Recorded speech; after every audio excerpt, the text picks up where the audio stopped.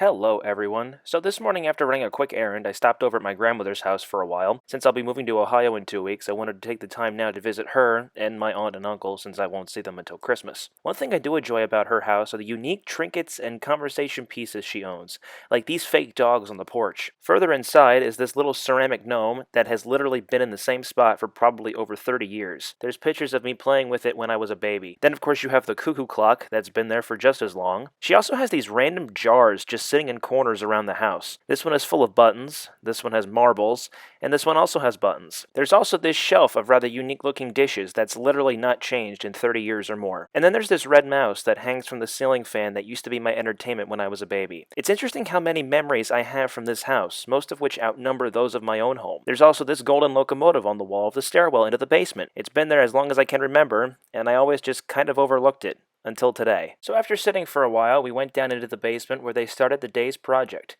making jelly. Now, whether I mentioned this before or not, I'll say it again here. My grandmother grew up on a farm where she would tend to the cows, chickens, and whatever other animals they raised. In addition, at least to my understanding, they would also make a lot of their own food by canning it. This included pickles, red beets, corn relish, and even jelly. I had never watched them make anything before, and it was a rather interesting process to watch. They started by straining the juice first, and then filling a pot with sugar, where they then added the juice before setting it on the stove to boil.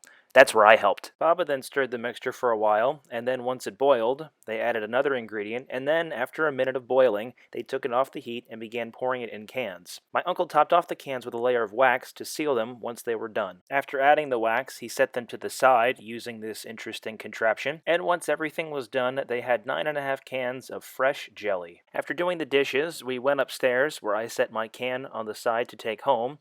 I then had a small lunch, complete with pickles canned a few years ago, before going back out onto the porch for a short time. It was then again that I noticed more of the interesting conversation pieces, like this frame of pressed butterflies, and this.